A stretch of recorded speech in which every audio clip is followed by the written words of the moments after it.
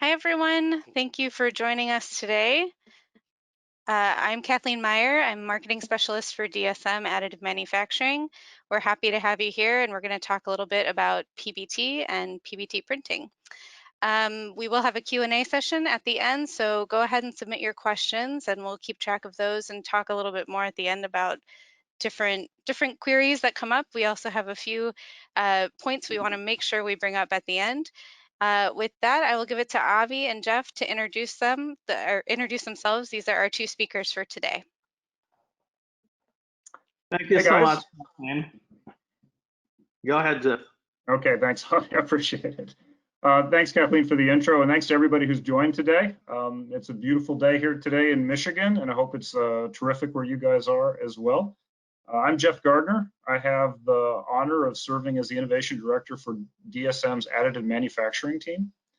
I've been in that role since the start of COVID, so it's been an unusual time, but it's been an exciting time as we continue to bring forward materials in the marketplace and be relevant to our customers.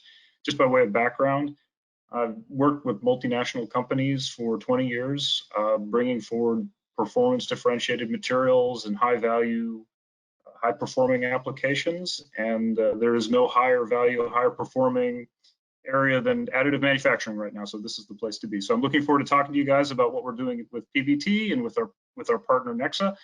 And I'll turn it over to Avi to give his introduction.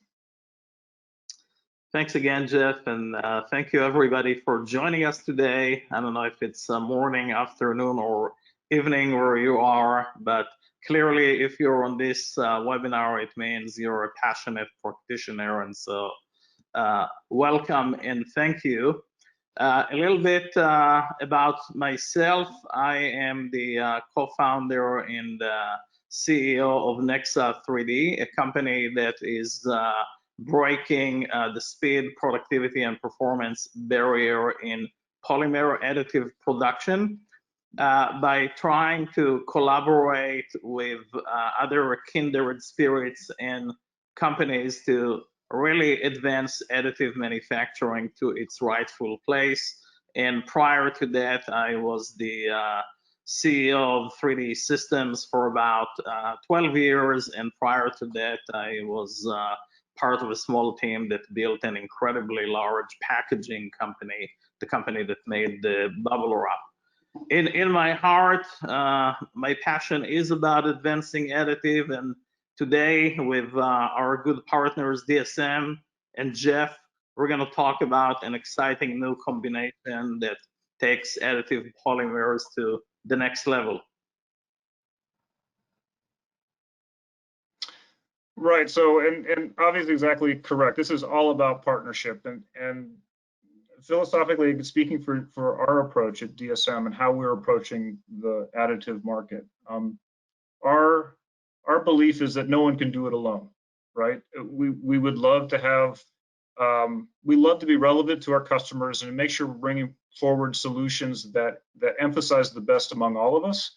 And so to that end, we continually look for partners that can do that, right? That can maximize how we can contribute to bring additive manufacturing into mainstream production. And so the partnership that we've got with Nexa 3D, I think perfectly exhibits this, right? So with what we bring at DSM, we are a material solutions company. And so we work in generating next generation materials that can be useful to our customers, but we also need printer companies and software companies and the entire ecosystem to come along with. So what we're going to talk about today is our DSM R9T AM1210 powder version, which is polybutylene terephthalate, or PBT, and we'll talk a little bit about kind of applications and how commonly it's used. The idea, though, is that we are introducing with our partner this new material into the marketplace for a variety of applications. And Avi, maybe talk a little bit about Nexa 3D and how you fit into this partnership. No, absolutely, Jeff. I couldn't agree more that there isn't a single company out there that can go it alone and do it alone. This is the kind of industry that requires collaborations and can thrive on collaborations. And I think that the kind of partnership that DSM and Nexa 3D have formed together to commercialize both liquid and powder materials, or if you will, photoplastics and thermoplastics, and bring really unique value propositions for manufacturing is an incredible opportunity to grow and expand the market. I should also add, and I think it's significant for everybody that's listening to us, that DSM has been a pioneer in additive manufacturing for several decades. I know that today it's kind of trendy and fashionable to jump in, because there are many companies that are beginning to realize that additive is at another inflection point, and that certainly post-COVID, having witnessed how incredibly the whole industry responded to a variety of supply chain disruptions and collaborated. It's important to note that DSM has in its DNA decades of pioneering and innovating in additive materials, going all the way back to the original stereolithography systems. So I think it's particularly significant, Jeff, that now you have an expanded portfolio. And today specifically, we're talking about your new PBT powder and its capabilities and how it fits onto the new Nexa 3D QLS system, and how together we're going to bring new capabilities to the market. The other thing that I wanted to say that also I think unite us and connect us, not just strategically, but in terms of call it a massive transformative purpose, is that both of our companies are very aligned around applying circular economy principles to the entire design and delivery cycle. And while, for many years, everybody kind of intuitively and instinctively understood that additive could have impact on sustainability, our approach to it is to really apply design thinking, circular economy principles design thinking, so that we can measure what really matters in the entire cycle. In this case, like, refresh and yield and waste minimization and energy input. Those are really the important drivers of beginning to put in place measurable sustainability into the additive process. Yeah, I couldn't agree more with that, Avi. And it's working with partners like yourself to bring forward that vision, right? And making sure that we're in lockstep to execute on that. It's yeah, it takes a team to do it. So it's really exciting, actually, to be teamed up with you and your colleagues to deliver on that promise. So why don't we talk a little bit about what this partnership is, and maybe what it means to the overall manufacturing community. So maybe we could advance.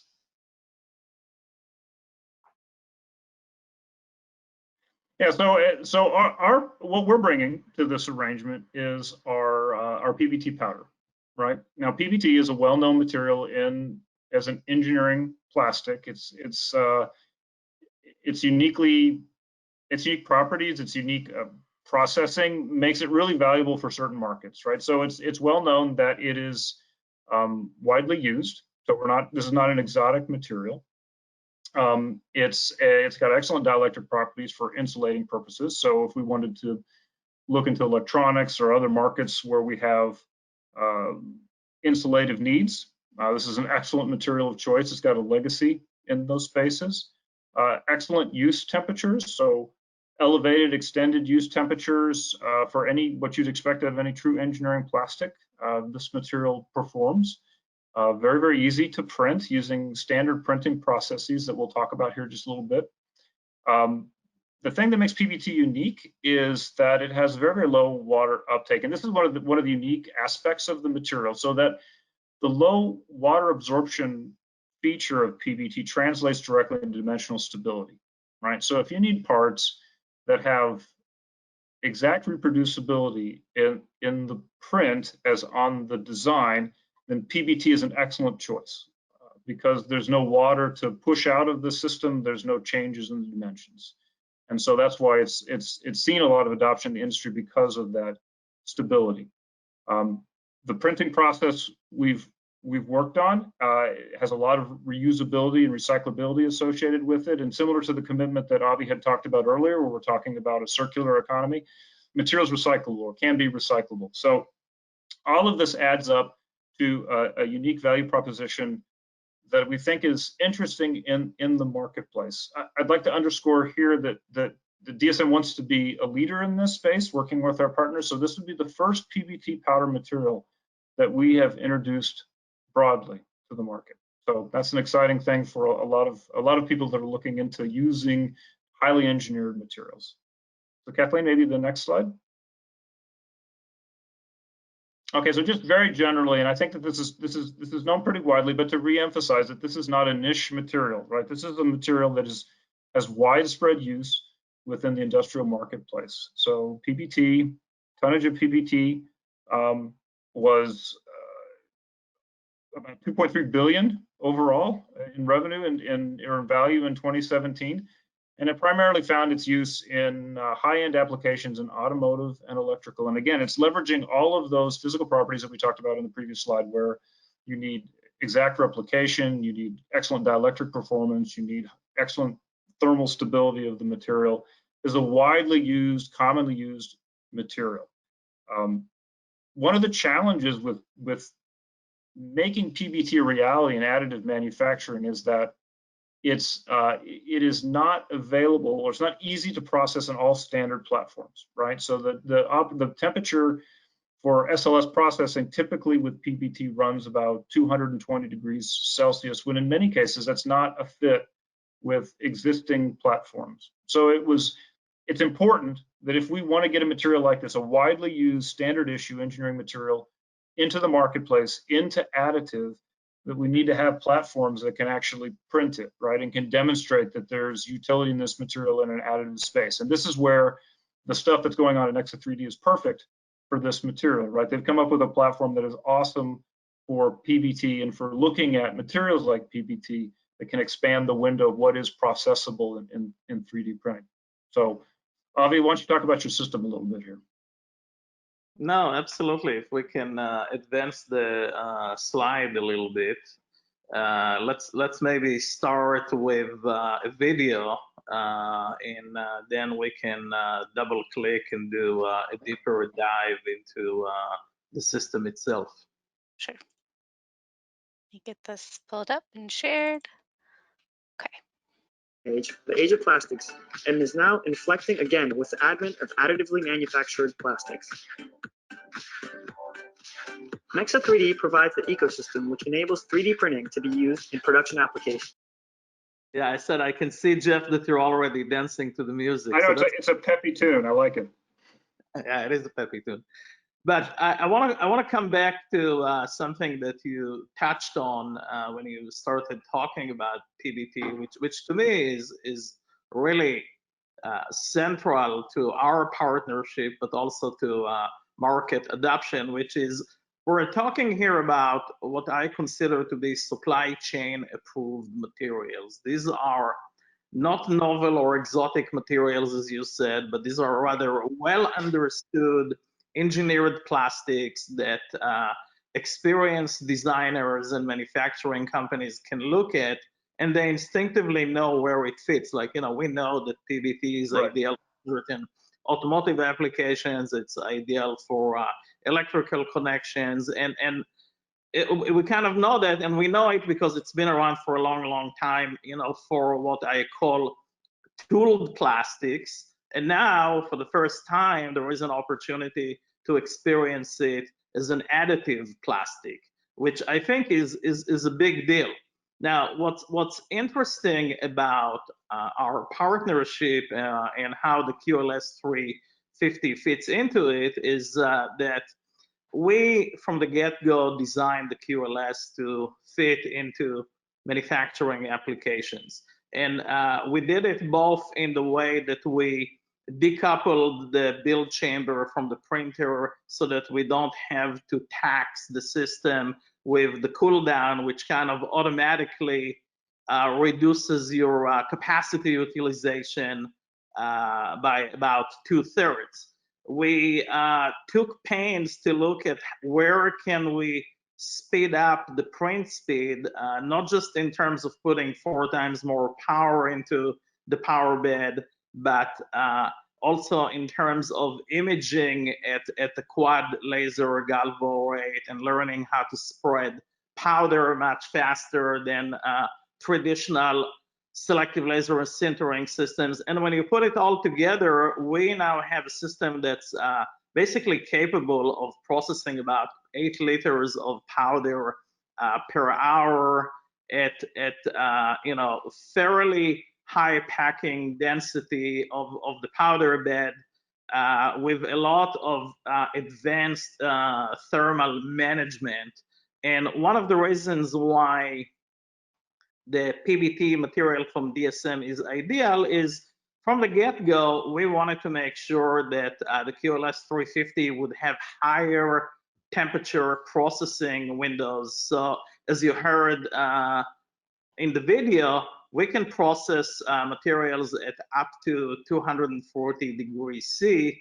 And that gives the buyers of these systems, the users of these systems, the opportunity to process a much wider range of materials, including higher temperature materials, which is really in the sweet spot here for PBT. And if you look further into it, we also took pains to make sure that we get to the optimal refresh rate, which is paramount to yield or scrap rates. And of course, uptime and reliability is the most important point here when you want to run 24/7 lights out manufacturing environment. If you take all the gobbledygook about the machine out of it and you kind of ask yourself, what's really the big deal? The big deal is that we can now deliver the equivalent of a tooled PBT in an additive polymer thermoplastic machine and open a completely new vertical or segment in the market. Because let's face it, Jeff, since the beginning of the additive journey in selective laser sintering, processing temperature windows and thermal stability and uptime have been some of the chronic pain points in these legacy systems, and that kind of limited material selection a great deal. And by doing what we're doing here together, we're really democratizing access to a new class of materials that I think the market will really be interested in. And to underscore how important all that is, we actually, as part of our partnership, decided to include in the starter kit of every QLS 350 PBT, because we want customers and users to experience how it feels to basically laser sinter PBT powder at high speed in their factory and begin to think about it as part of the material arsenal that they have to deploy in production. Yeah, that's absolutely right. So it's important that we move real materials and real platforms into manufacturability, right? And this combination, I think, is a major step in that direction. This is not a novelty, but it's a path to actually realizing with a commonly used engineered material on a reproducible platform in a true manufacturing environment, a material set that is commonly used in the world, right? And I think that combination is extremely powerful. And so, yeah, so the video is really cool. The beat is pretty peppy. I do like it. And I'm excited to see what's going to happen as a result of the combination of the two, the material and the platform. So maybe let's talk a little bit about kind of what we're seeing from an applications perspective and where this potentially might fit, and then we can maybe open it up to some other questions and some things about the partnership or what we're planning on doing. So I'll talk through a couple of these here. We're seeing, as we talked about in the market view, where we saw a lot of traction in automotive for PBT through standard processing, we're seeing a lot of interest in PBT for additive for automotive. And so what we've got here is a couple of examples of things that we've been engaged with. You can see that you've got some frames for adaptive forward lighting. You can see on the right, you can see a part for a tail light that we've made in automotive.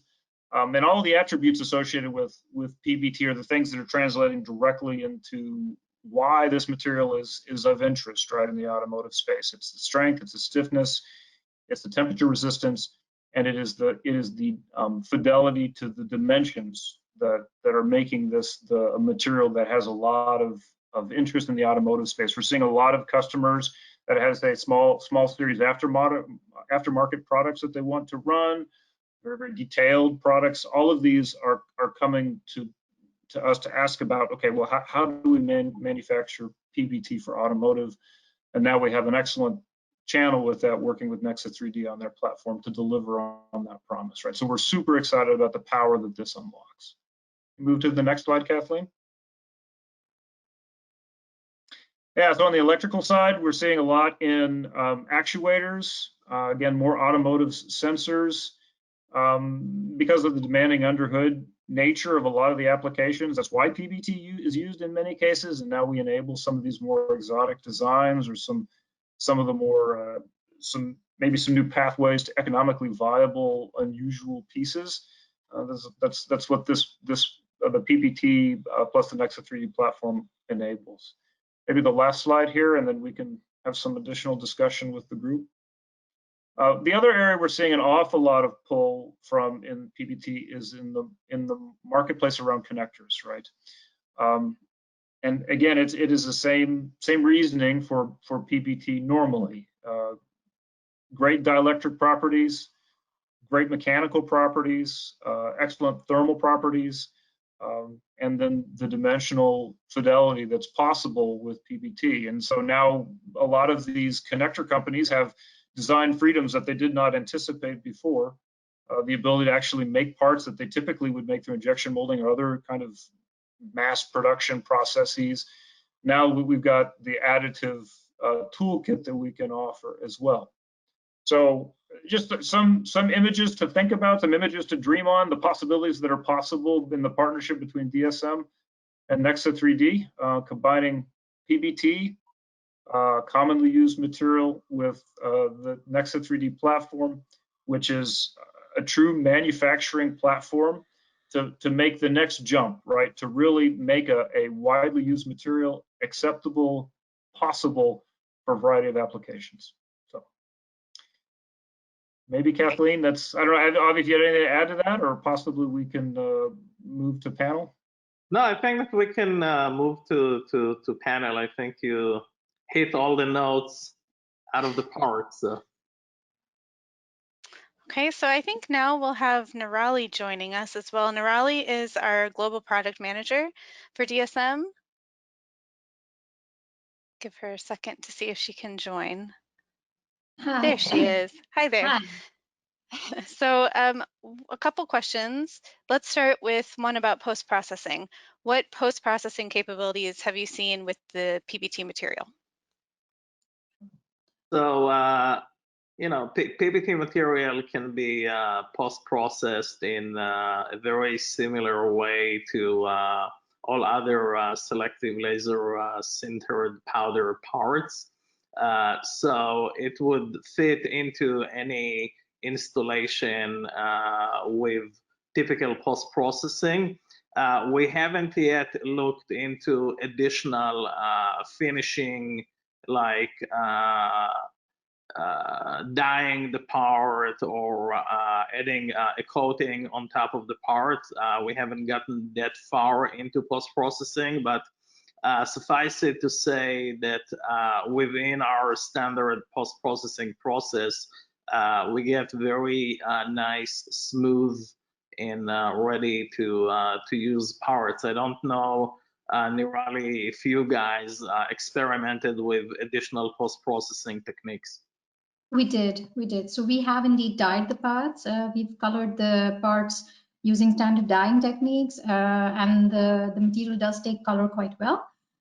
We've also done post-processing via bead blasting and those kind of techniques, so mechanical smoothing processes. And there also we see that the material accepts these post-processing techniques quite well as well. So there are several options beyond say the standard post-processing that you will do as part of the printing process. Other than that, we have experimented with the other functionalities that people might be interested in. So the material lends itself quite well to these. Okay. Can PBT be dyed or pigmented with its low moisture absorption? No, Nirali or Avi, if you both want to answer that or respond to that. That's a good question. We haven't tried that yet, I must say. We've done dyeing using, say, dip coating or bats and so on. So that's what we've done so far. We haven't dyed it with a automated process of any sort yet. So that we would be interested to know actually if there's interest in working with us on that. Okay. This is someone is asking if the refresh rate for the material is 60% cake. That's all they said. The refresh rate 60% cake. Yeah, that's right. Yeah. Okay. I'm referring to the printing expert here. All right. Where can I order prototype parts with this material? Okay. So you can come to the Nexa 3D website, and you can get through our portal and ask for either a prototype part or a benchmark part, and we will contact you and work with you to deliver benchmarks and prototype parts. Okay.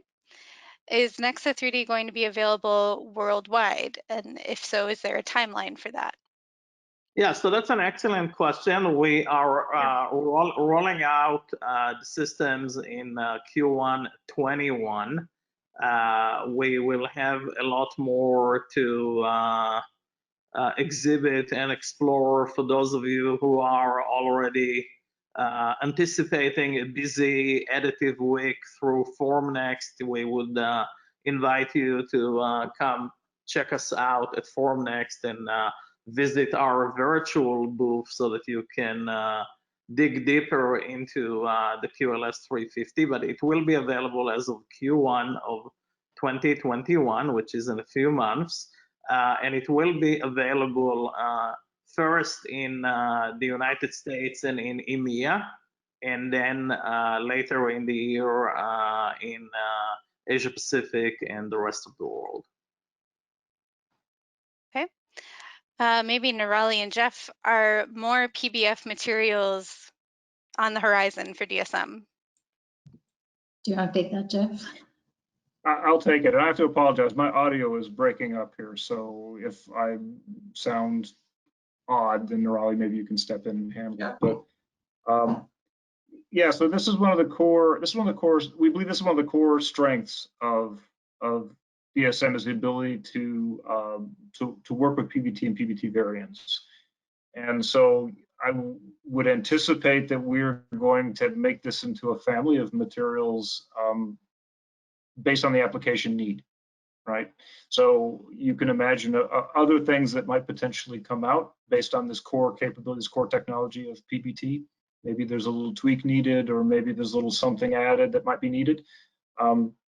We're absolutely happy to entertain requests and how do we partner together to actually deliver differentiated value-added materials to the market, right? So if there's, and I'm sure Avi feels the same way. I mean, we want to be valuable to our customers, right? And we want to make sure that the people that we're working with, the entire ecosystem is better off at the end of the day. And so if there are needs in this space, absolutely. Let's talk about what makes the most sense as far as development or processing improvements or things like this, and figure out how we can realize the true value, the full value of the materials. Okay. I don't know, Ra, if you had anything to add to that in particular, but that's the approach we're taking right now. Yeah, indeed. So at this point, we've answered the questions from our audience. Audience, if you have any other questions, please feel free to log them and I'll make sure I ask. But for now, I guess any other comments that Avi or Jeff that you'd like to make about our collaboration or about anything else related to PBT, PBF? Yeah, sure. I think that it's important to underscore what Jeff just said, that at the end we're only going to succeed if our customers succeed, and we want to make sure that the complete solution that we deliver to each customer actually delivers for them desired outcomes and results, and give them both the performance and the ROI and the competitive advantage that they're looking for. And towards that end, we will work very closely and collaboratively with our customers to make sure that we deliver.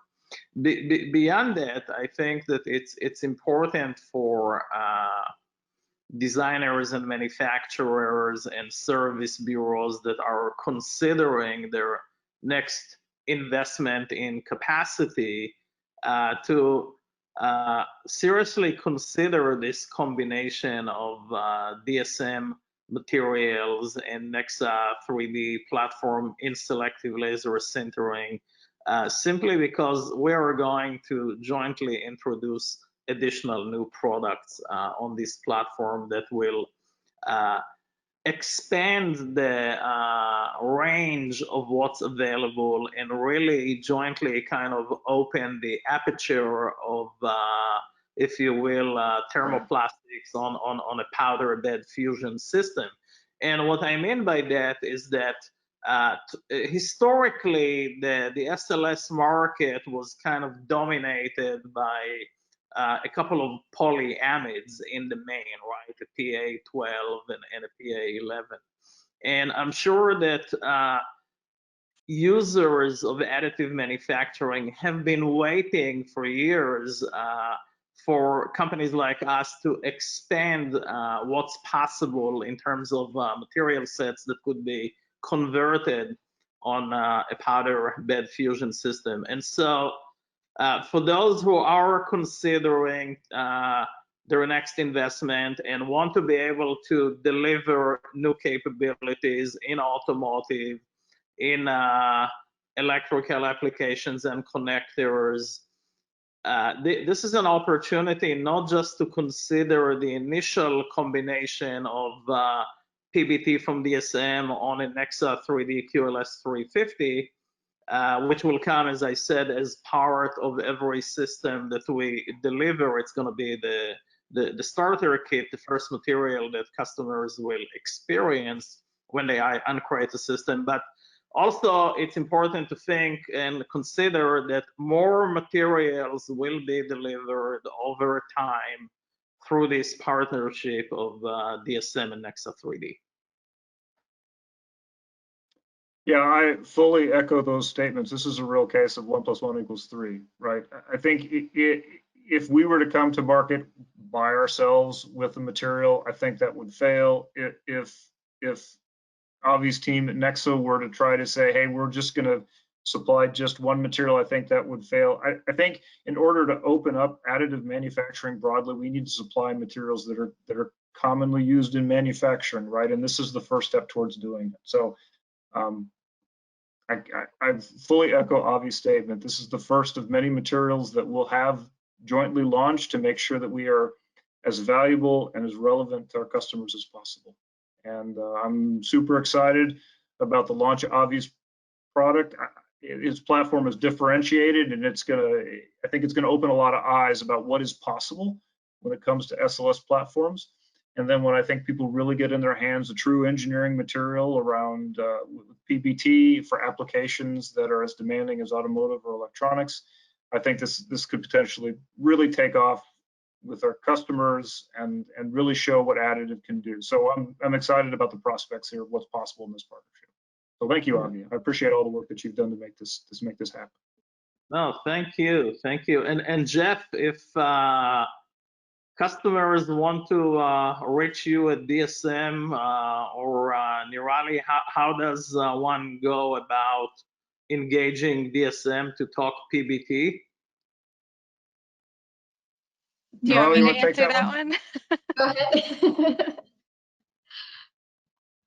So we will send up our website's DSM slash additive dash manufacturing. We will send out an email to all of the registrants for this webinar with a link to our site, a link to Nexus site, so that it's easier to find the information. If someone's interested right now, they can go to our site and fill out the contact form, and we'll be sure to follow up quickly. Once we send out the email with the information about this webinar, you can also reply directly to that email. So we will definitely follow up as soon as possible with more information or to get started on a project, learn about your application.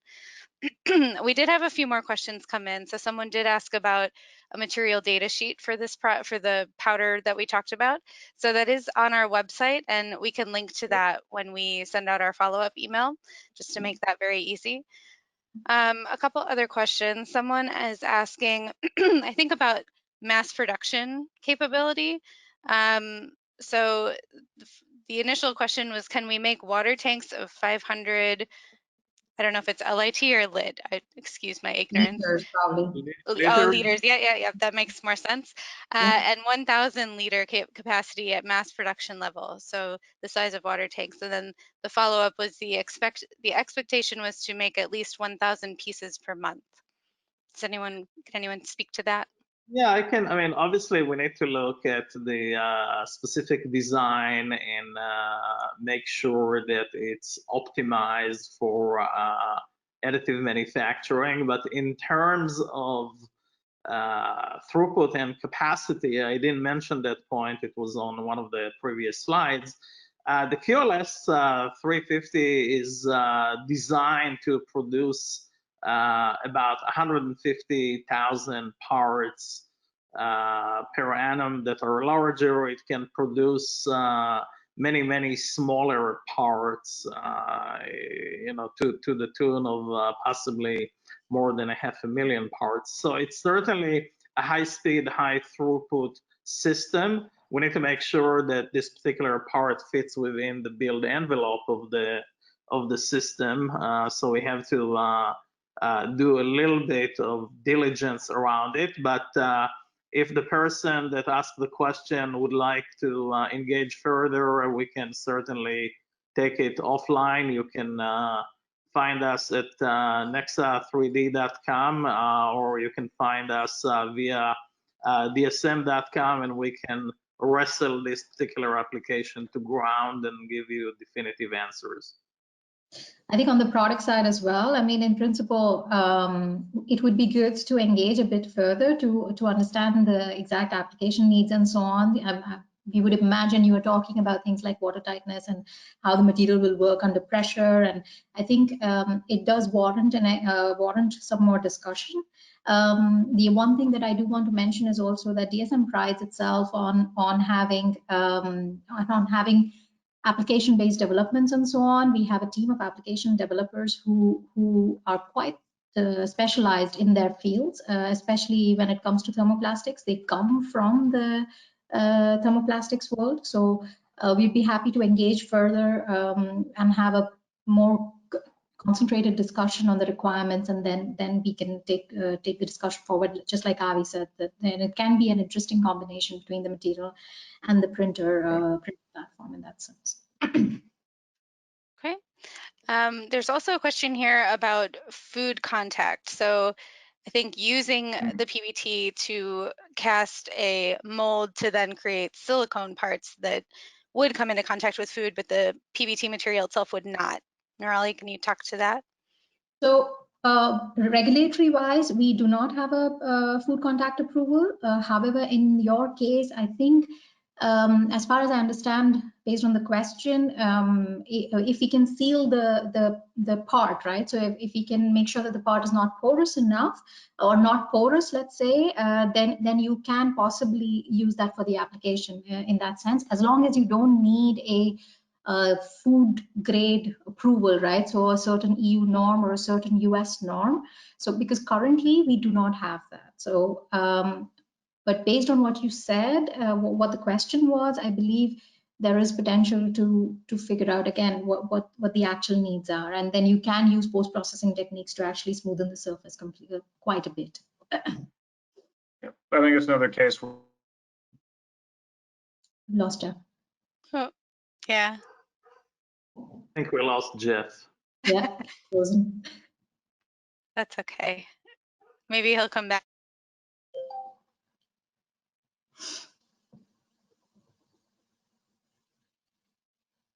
Kathleen, your audio is gone. Yeah. Sorry about that. My dog is making himself known in the background, so I'm trying to make sure he doesn't join the webinar. Here's Well, one listen, question. we'll take all the help we can get. My dog is right here taking notes. He's gonna tell me all of the critique later. Yeah. Well, your dog is being quiet and well behaved. Mine is not. Okay, so one other question here from someone in the audience. PBT resistance to liquids. That's just, what about PBT resistance to liquids? I think I need a little bit more. Maybe if the question is on chemical resistance, we can provide information in general about PBTs and the chemical resistance of PBT. I mean, as a polymer inherently, just because of the chemistry of the material, it is resistant to Jeff's back. It is resistant to different chemicals, but I think we do need to know a little bit more in terms of what kind of liquids and so on to answer the question. Yeah, maybe in Nirali, two parts. One is chemical resistance, and the other is water uptake. Yeah, so. True. Absolutely. And water uptake, okay, so it's not a polyamide, right? So the moisture uptake part of it is indeed it does not take up as much moisture. It is a thermoplastic, so none of those materials tend to be watertight or anything, but it does take up much less moisture as compared to, say, a standard polyamide in the end. So that is on the moisture side. Thanks, Avi. Yeah. Okay. Jeff, did you have something to add to the last question before you got cut off? I have 3 boys at home with massive bandwidth usage, and so I apologize. I think that was on my end. All right. Well, I think with that, we'll close things out. Avi, Jeff, do you have anything else you'd like to add before we end? Go ahead, Jeff. Yeah, so no, I appreciate everyone's time here talking about this, and I think everyone here on the phone, and because by virtue of being on the line here, is committed to making additive happen for manufacturing. And so I'm super excited to be part of that, working with great guys like the Nexa guys over there to deliver a world-class material in a manufacturable process and additive. It's terrific. And so I look forward to hearing from many of you, and let's keep the conversation going. Yeah, thank you, Jeff, and Kathleen, and Nirali, and everybody else that worked so hard on the DSM team. And I'll thank my team. I'm blessed to have incredible teams and incredible collaborations. I just want to say that for me, kind of going on my 18th year in the industry, this is a big deal, and it's really exciting. So I hope everybody is going to sense this excitement and it becomes contagious, because we're really opening a completely new frontier for supply chain approved thermoplastics with this introduction. And if anybody wants to talk about this more, come hang out with us at the virtual forum next, and we'll be happy to double click and go deeper into it. And thanks everybody for a great webinar, and let's just go full throttle forward. Very good. Absolutely. All right. Well, thank you, Avi. Thank you, Jeff. Thank you, Nirali, for joining to answer some questions. As mentioned, we will be sending out an email to everyone that'll have some more information, links to our sites. But in the meantime, feel free to reach out directly. DSM is also at FormNext, so please come find us and let's all connect this week at FormNext. All right, I think that's all for today. Thank you, everyone. Thank you very much.